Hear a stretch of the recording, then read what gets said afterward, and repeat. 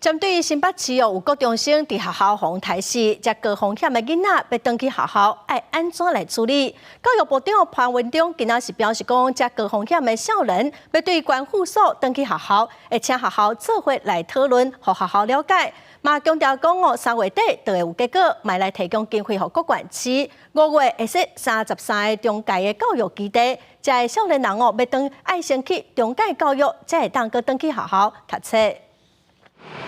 新北市校园挂暗管的案件，犯案的学生是为少年关护所等到学校，因为受伤中的犯案的人，甲涉嫌驾驶的客妹，日会由少年法庭裁定是不是以上检方侦办杀人罪证。专案过一摆引起各界关心。教育部长潘文忠18到立法院备询，立院质疑高中职以下校园暴力事件甲偏差行为，通报量4年来增加1.8倍，让人烦恼。司法甲教育单位的联络算是正歹。关所回到学校。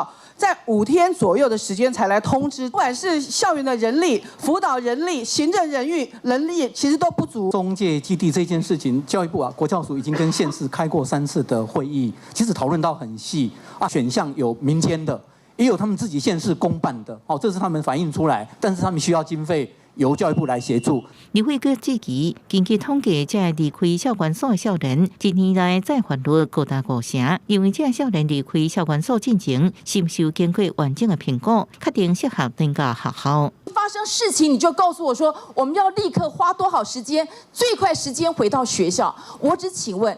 真的只有回到学校吗？真的只通知学校吗？这些人适合回学校吗？学校本来就要有一个应变的小组作业，当发生这个事情，不要老师单打独斗也是危险呐。所以我们对通报是非常严格的要求。少矫校，比如说有逆境少年，我们会提早3个月来处理。潘文忠强调，这为校管所或者是矫正学校出来少年，若无适合登到学校，会由中介教育基地承接。教育部3月底会定案，提供经费支援各县市，5月完成建立33个中介教育基地，经过中介过渡阶段，才能登去到学校。记者综合报道。